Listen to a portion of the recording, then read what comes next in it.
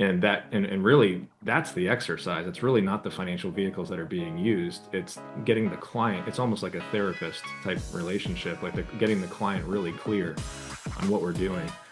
Because otherwise, money just drives stress. Everything you think about how hard most people have to work, especially the entrepreneur crowd, to just get a business off the ground, never mind get it to profitability and all of the constituencies that come into play.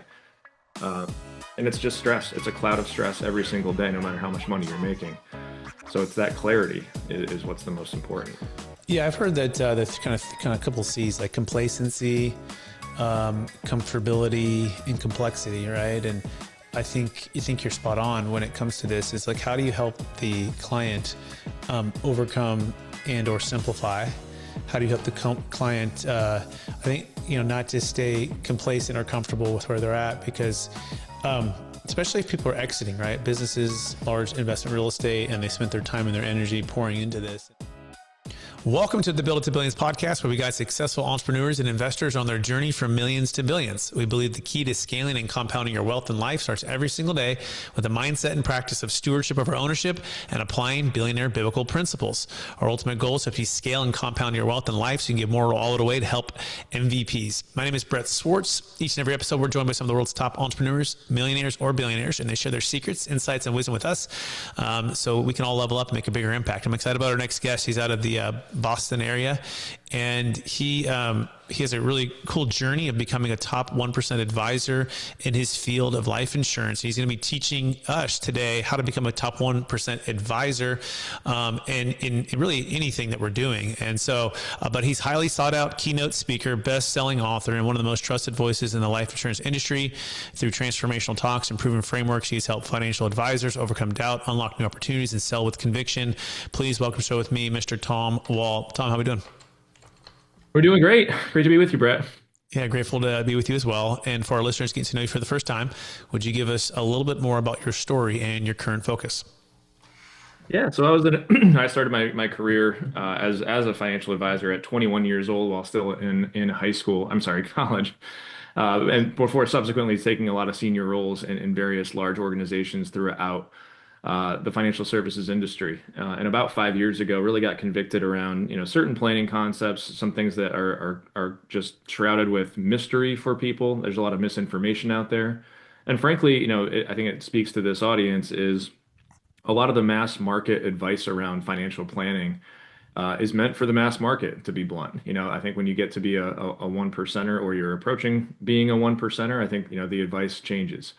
There's a lot of opportunities out there for that kind of individual. So a lot of my work has been with advisors, helping them have those conversations, helping differentiate themselves and move up market.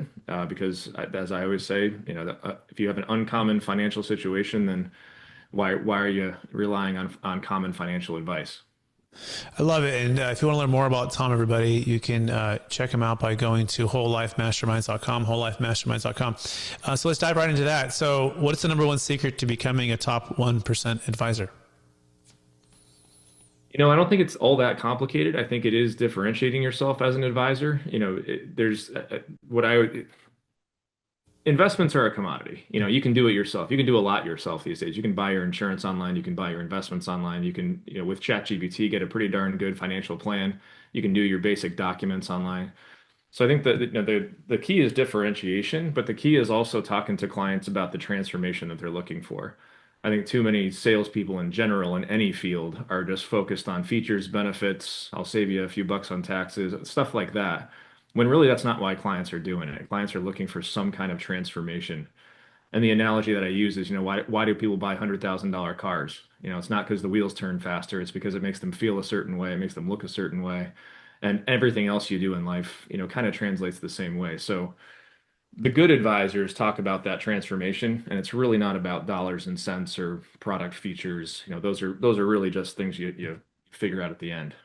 Excellent. So let's dive into that. What's the maybe the key core principles to discovering and understanding what transformation may be valuable to the client that you're serving? I think the question you got to ask is what are you looking to accomplish? I think a lot of people are just blindly at least in the financial planning world, they're just trying to accumulate as much money as possible, but that's really only part of the discussion. Once you once you hit a certain critical mass of money, and you can kind of afford to do what you want within reason, it then turns into, how do we preserve that capital for future generations? How I call it children, church, and charity. How do you actually direct where those funds go and what kind of outcomes they provide? Is putting kids through school important to you? Is putting your name on a school important to you? Is the transfer of wealth and keeping it out of the IRS's hands important to you? So the transformation becomes really you being in control of where those dollars go versus you just, regardless of how big your balance is, hoping and praying that the market continues to deliver the way it has in the past. Um, you mentioned, yeah, I like that children, church, and charity. So how are you helping them think beyond just their retirement number or this passive income number? What helps to bring the conversation to a higher frequency? And I'm imagine that's what really helps you to win the business is because that's when it starts to go the transformation versus just the dollars. Is that a fair statement? And then B, how and when do you take it to that higher level of conversation?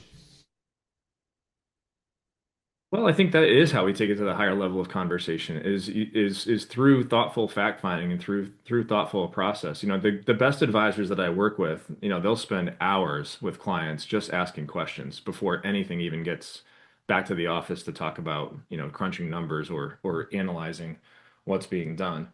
Because once you get very clear on what you what you want to happen, you can get pretty clear on what tools that you're using.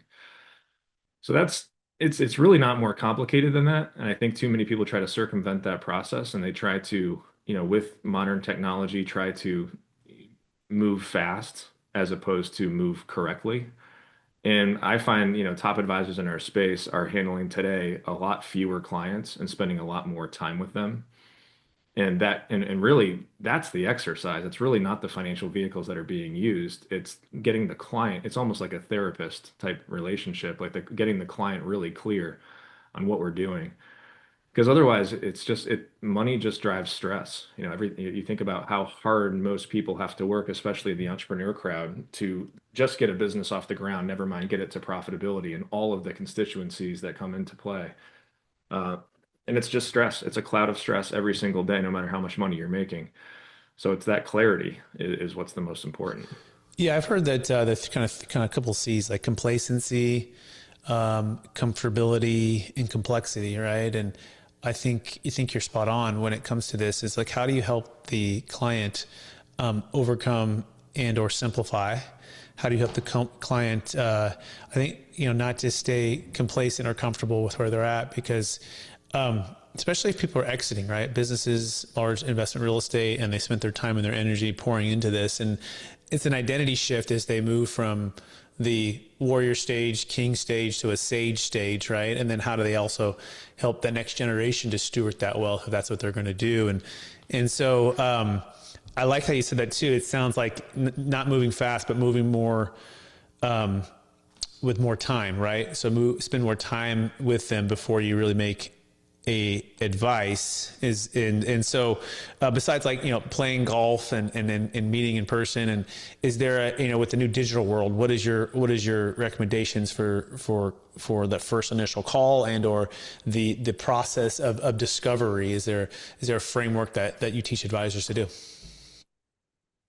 There's no particular framework. The framework really is that is the framework is actually just spending the time with them and asking those questions.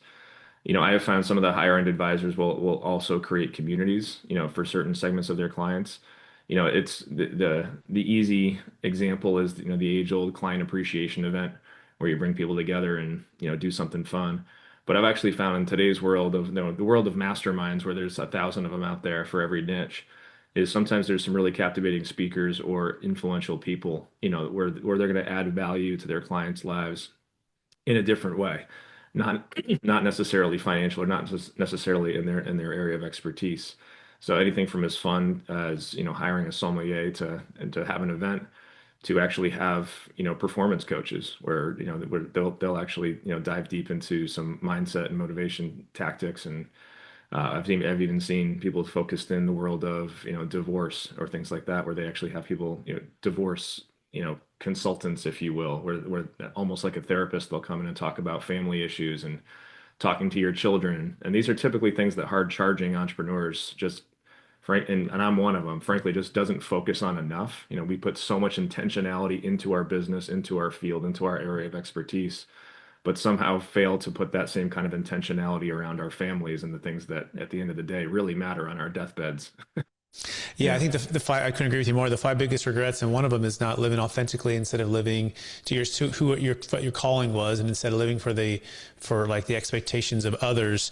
What, and I work with those that are exiting and have large changes in their life. I'm wondering what has helped you and or the folks that you serve to make that identity shift and to move, to what's, not just profitable, what's priceless. That's a big part of the work that I do. So, you mentioned my firm called Whole Life Masterminds. It's obviously very product driven, but really what it's the product, it's really less about the sale of a product and more about the conversations that are had. So I have found when once you get people, getting people to seven-figure net worth is kind of table stakes to be able to retire in today's world. You really can't retire comfortably on less than that.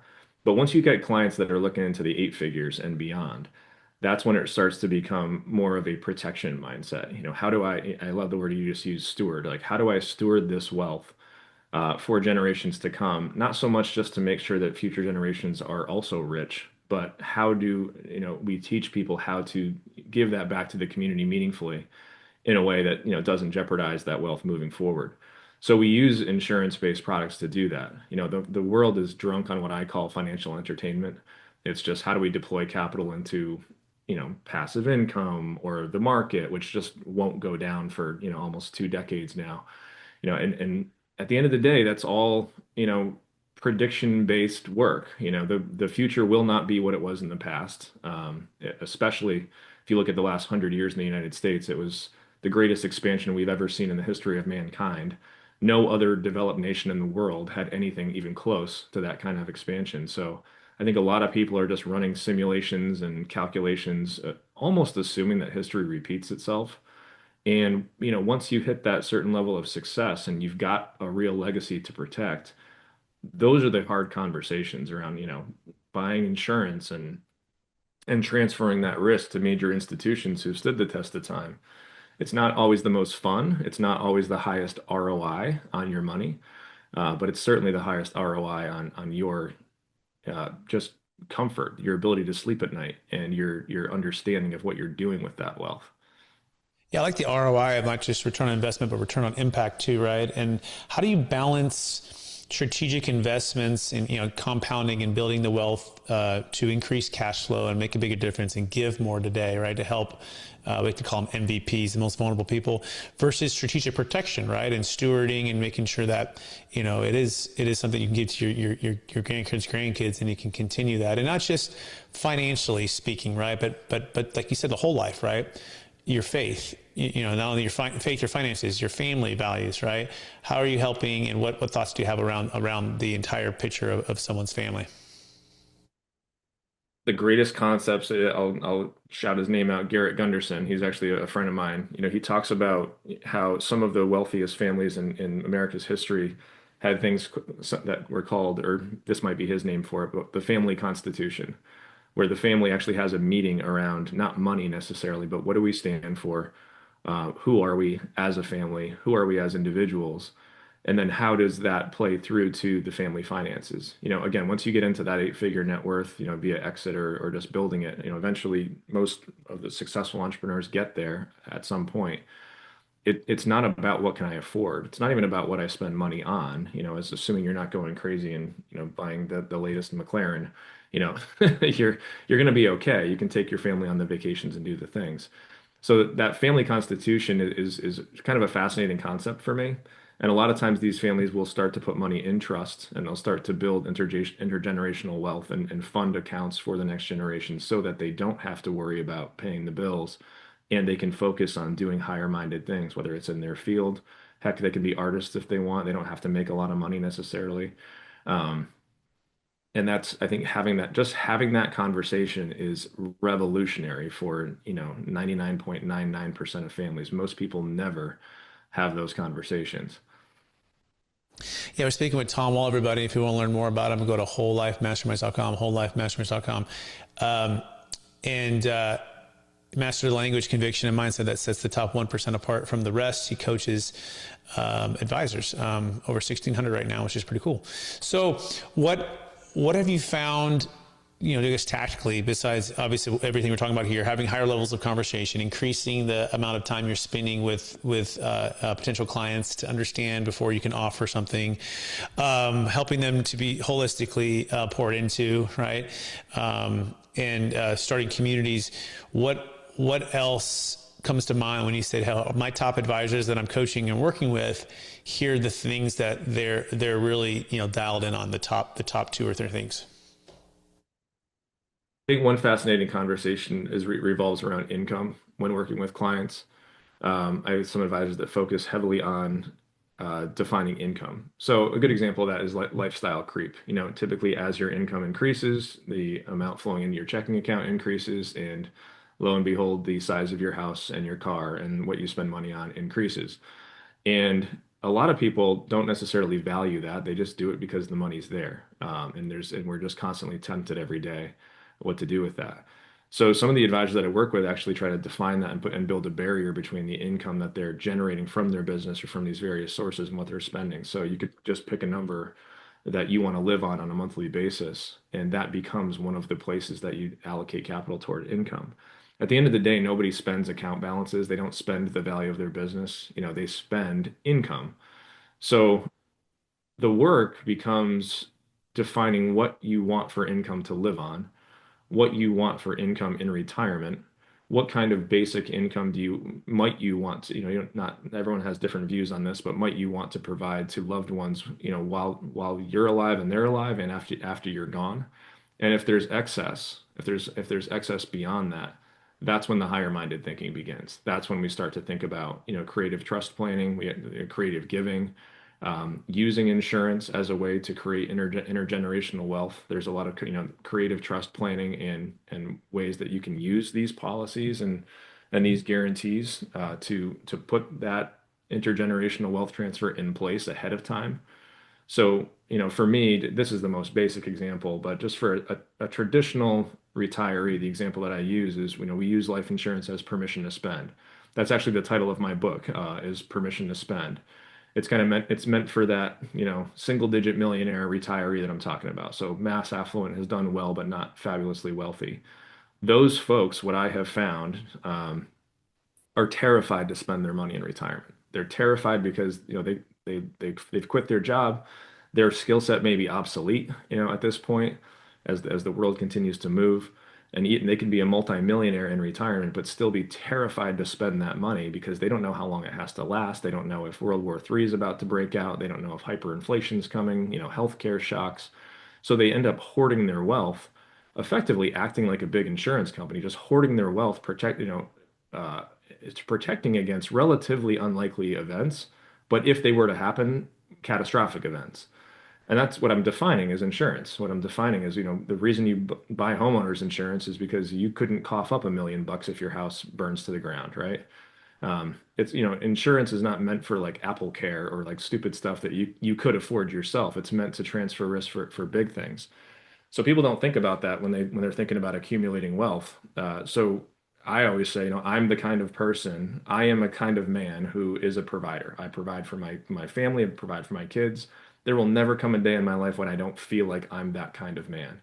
Therefore, for me, knowing that I have permanent life insurance, permanent death benefit, but also having some cash benefits, then these are some of the higher end designs we use. Knowing that's part of my retirement strategy will then selfishly give me permission to spend and enjoy everything else because I know the people that I love are taken care of. And that's just kind of a basic, mass affluent retiree mindset. But you can take that to the highest levels. People with hundreds of millions or more are thinking the same way, is how do I make sure that, the constituencies that I care about are taken care of? If I'm the kind of person who believes the community relies on me and therefore should always rely on me because I'm a provider, I'm the kind of 1% of 1% person who can create these businesses and create this value. How do I lock that in so that I can continue to do that? and continue to build the next business or continue to, pour into the next high-minded idea. I love it. And I that's love just it. not, Yeah. it's just not how people think. Yeah, no, I like it. The permission to spin. When we talk about when the book comes out here later, but that's great. Permission to spin. Yeah, the skill set. And I wrote down here, but I can't read my notes here. But the key is basically not having the fear to spend in a mindset of, it's going to run out, scarcity mindset, but having this insurance in place that can help to overcome and break that and give you the permission to live with this. And but you can understand where they're coming from. I mean, you're right. They're getting older. They've worked their whole life. They poured everything into it, and now they're transitioning, and it's hard. It's hard as the world moves where it moves. So that is real. That is real there. So transferring risk for big things, I think that makes a lot of sense. So let's maybe get a little tactical here. This is good because you probably have some high level stuff when it regards to estate tax, right? So imagine someone who's built it, they're worth $5 to $100 million, Tom, and they're like, hey, I've got this business, this real estate, this large stock position, and it's inside my taxable estate. And, it's, 30 million married now, 15 million single are the exemption amounts, but they're like, Tom, I'm Kevin Costner in Yellowstone, and I got this big piece of land, and I need to get it outside my taxable estate, or they're just going to take it. I'm not going to be able to afford it.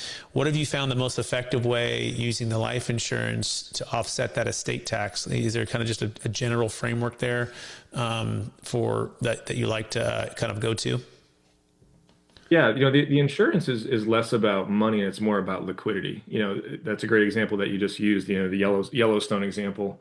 If you die worth $1 billion or something like that, the IRS is going to decide at your death what you're worth. So your business, based on discounted cash flows, they're going to decide what it's worth, regardless of how much money you have in your pocket. So if that's $100 million and you and your spouse, are exempt from 30 million of it, that's a $70 million exposure. And at $70 million, 40% of that is due to the IRS within 9 months of your death or the death of your spouse. And that's a lot of money to cough up. So you could be worth that on paper, but in order for you to cough that kind of capital up, you are now forced to sell assets. So you have to sell real estate quickly. So it could be at fire sale prices. Imagine if you had to sell your real estate during the pandemic, it was half the value. People in big cities, dealt with that a lot. But in a business interest, like, these closely held businesses, they're not liquid. You might be able to count on one hand the number of people in the country that would want to buy your business from you. And then usually those transactions take years. So if you have to do that in a fire sale, kind of mentality, it's not uncommon that a business could sell for half of what it's actually worth because they just have to sell it. And then that destroys legacy. It creates family stress. And that's really what the insurance is about. At the most basic level, insurance just pays the estate taxes. Oftentimes they'll have insurance owned inside of trusts, some very simple, some very complex. Where it's if you owe the IRS $30 million, then you buy a $30 million life insurance policy, pay the IRS, and you move on. But it's really more about liquidity. It's about defining the legacy and about defining how the assets transfer. And if otherwise, you're forced to just hold a ton of capital, hold capital hostage to eventually pay those taxes, when that capital could be building even bigger businesses, but an even bigger legacy. So that's broad strokes, what we're seeing the high-end clients doing is protecting that legacy. It's not so much about the dollars. Oh, really well said, Tom. And I love this. And the key is having enough liquidity, right? So you don't have to make poor, decisions that could affect legacy long term. I don't know. It was there's a sports team. This is a classic case you probably know of, right? Where they had the family had to sell was it the Giants or was it the Dolphins? I don't know. One of these big families, right? Where they built it up from really a very low valuation, and then dad died, and now they're all the legacy, all the I mean, it's more than just the money. It's like parents' legacy and the kids working in the business and all of this, and all of a sudden, because the government says 40%, right? You've got to sell it, and that's all lost, or to someone else who could buy it. Very frustrating. So I've also found, Tom, if we can eliminate the estate tax and then use life insurance as just an additional windfall to be able to give more or invest more. And so solving it at the root cause, like how do I get this, let's say it's a $130 million property in Boston as an example, right? And the couple's worth $30 million and they own it free and clear and it's fully depreciated, right? And, they're in their 70s and they, they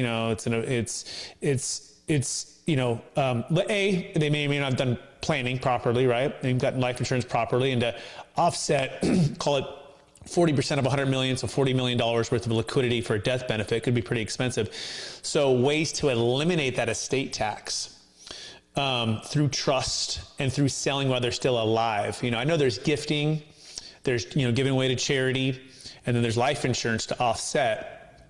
We found that through a trust structure that you can sell and eliminate that estate tax forever in one sale without any life insurance required, no gifting required, or charity required. And then once it's in a liquid state, deferred, and whatever you want to invest into, it can go back into insurance, stocks, real estate. But the key is to eliminate the root, take the root out, right? Rather than just pay for it. But do you have, I'm curious, any experience with other ways to eliminate the estate tax while they're still alive, besides gifting or charities? Anything else that comes to mind? I mean, there are some complicated trust structures and charitable remainder trust and things like that. At the end of the day, anything that you own personally is what's wrapped in. So the name of the game is getting those ownership interests outside of your taxable estate. So no, giving away is typically the number one, giving it to a trust. If it's a business interest, oftentimes you can give away multiple minority interests. A minority interest in a business gets discounted quite a bit. So for business owners, that's very popular. Giving a less than 50% share of a business to a trust, if it's a $10 million interest while you're alive, it's probably, significantly less than that when you give it away. Because without a controlling interest, it's less valuable. And the IRS actually has guidelines and a lot of literature on exactly what those discounts can be. So those are the big ones. That's typically what we see being done. It's the earlier you can start putting those structures in place. Typically, one transaction is very difficult to do, but if you can do things year by year over time, that's when the magic happens. So I love it. Yeah. And by the way, we do have a structure that you can do in one transaction. It doesn't take the long seasoning. I mean, the larger the deal, obviously, the more education we need to educate everybody. But one of the larger deals is a $100+ million deal in California. And upon the sale, forever eliminated outside the taxable estate, no charity, no gifting, no life insurance required. And it's forever outside, and the kids can be the beneficiaries and they can inherit it estate tax free. They do have to take payments over their lifetime and pay part cap gains tax and partial interest for the tax.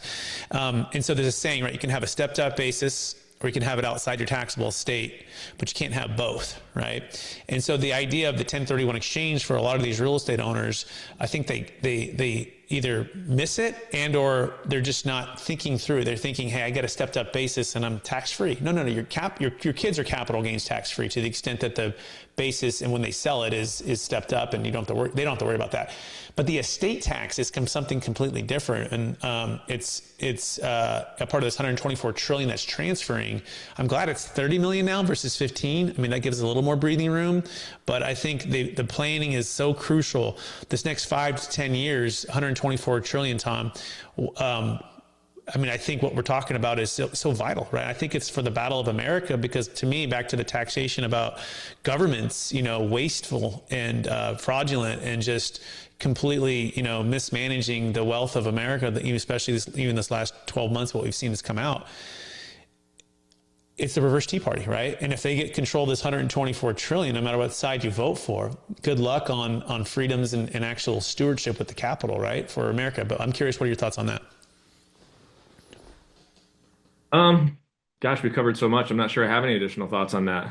It's about taking control. One of the advisors that I work with, jokingly says that at your death, you have it, or really while you're alive, before you're dead, you have a choice. You can give your money to your family, you can give it to, causes, or you can give it to the government. And there's a reason I use that finger in that order, and I won't put the other two down. You know, there is an estate plan for you if you die without one. The government has one for you, but you can guess how efficient it is and how in your interest it is. Mm-hmm. So it's really your choice. And I think that's the hardest part, Build It to Billions podcast, is the entrepreneurs just typically aren't thinking that. They're myopically focused on building their business. That's what they're good at. They Hmm. are smart and capable, but that's just not what they're focused on. Hmm. So it's very common, like in the case of sports teams or when you build these amazing, assets, that, bad things happen not because they were bad people or they even meant to not plan. They didn't neglect anything. They just didn't know what they didn't know. Hmm. So I think that's the key is seeking out that protection, seeking out top advisors along the way so that you're protecting what you're building while you're building it. Or else it can all be taken away in a heartbeat. You nailed it. I think that's the definition of stewardship, and is a good way for us to kind of move to the lightning round and wrap it up. And stewardship is basically the mindset and practice that everything we've been given is a gift. I believe a gift from God for a short period of time to steward on this earth to make an impact for our families, for our communities, and to the extent that a government is not stewarding and or being thoughtful or intentional or even transparent with how and where they're spending the wealth that we've built collectively as any citizen of any country, and to not use every legal means possible to plan and be intentional, there's almost like there's like no excuse, like, because it's so bad. If we were 40 trillion in the surplus, right? If they were transparent and open, if there wasn't the waste, fraud, and abuse, right, and they were able to be great stewards, I think more of us wouldn't feel like you said that part of those three fingers there, and the last one standing, right? Like it's real and it's a battle. So I encourage everyone to take the strong encouragement from Tom and I to plan, to build a team, and to keep this in mind, because otherwise, like, the government does have a plan for you and it's not great. All right, so moving to the lightning round. You ready? Ready? Number one book you've recommended the most in the past year? My own first, but I love Atomic Habits. I think I've read it 6 times. Love it. By the way, I like on listening to it and reading it, like, so powerful, right? How do you stay ultra disciplined and super focused? I think a lot of people focus on the discipline. A good example is like waking up early. I think that starts the night before. So I just focus on daily disciplines and what am I doing the day before to line myself up for it. Excellent. Next question. What are you most curious about right now? I am most curious about, I think, scaling businesses in this new world. I think there's a lot of noise. There's a lot of AI taking over social media. Some of the marketing technology or tactics that have worked over the last 10 or 20 years as social media has come to where it's at today are going to change dramatically. And I'm just fascinated with the new new ways to get out in front of clients. Yeah, absolutely. I couldn't agree with you more. Number one leadership quote and theme that you strive to live by, or theme, quote or theme. I think do what you say you're going to do is the most important. I think people pay attention, your kids pay attention, the community around you pays attention to that, and that's what builds trust. Excellent. Last question, and we'll wrap it up. Tom, how do you best keep a mindset of stewardship over ownership? Great question. As my team has grown and I've worked with more and more people, I have found I've had to move from a position of visionary or to a position of visionary stewardship, driving mission to people, getting buy-in from people as opposed to just being the boss who makes decisions. It's very easy to just be the boss that makes decisions, but it doesn't breed a team that carries things to the next generation. So going back to what we talked about, same thing in a family dynamic. It's easy to just be the boss and say yes and no, and be the tough guy. But I think to the extent that you can involve the people around you in the decision-making process and understanding of where you're going on all levels of life, that's gonna translate through. Amazing. I'll absolutely love it. Tom Wall, thank you for being on the show with us, the Build It Billions podcast, and for sharing your wisdom with us, diving in tactically with us, and making a difference in advisors' lives and in your clients' lives for the stewardship of wealth. For our listeners who want to get in touch with you, one last time, Tom Wall, what's the best place for them to find you? Well, I think check it out. Permissiontospend.com is a great way to find me. And then if you want to take a look at some of the other things that I'm doing besides coaching advisors, TomWallTalks.com is another website you could check out. Awesome. Thank you, Tom Wall. And I also want to thank all of our listeners for listening and or watching the Build It to Billions podcast, also streaming on Capital Gains Tax Solutions podcast and YouTube channels. We're on this journey with you to scale it from millions to billions, so we give more all the way to help MVPs, the most vulnerable people. My name is Brett Swartz. I want to encourage you to take action today. Be intentional, plan, and know that the stewardship and the legacy of your wealth is on the line, and those that you serve as an advisor. Take the level of conversation to a higher level and go make an impact. And of course, you have a large, massive exit coming up. Love the opportunity to work with you to exit well, build a capital gains tax exit plan without using a 1031 exchange, Bitcoin, businesses, real estate, and also some estate tax planning. Go to capitalgainstaxsolutions.com for that. We appreciate you listening and watching. Please share it with somebody. We'll talk to you soon. Bye now.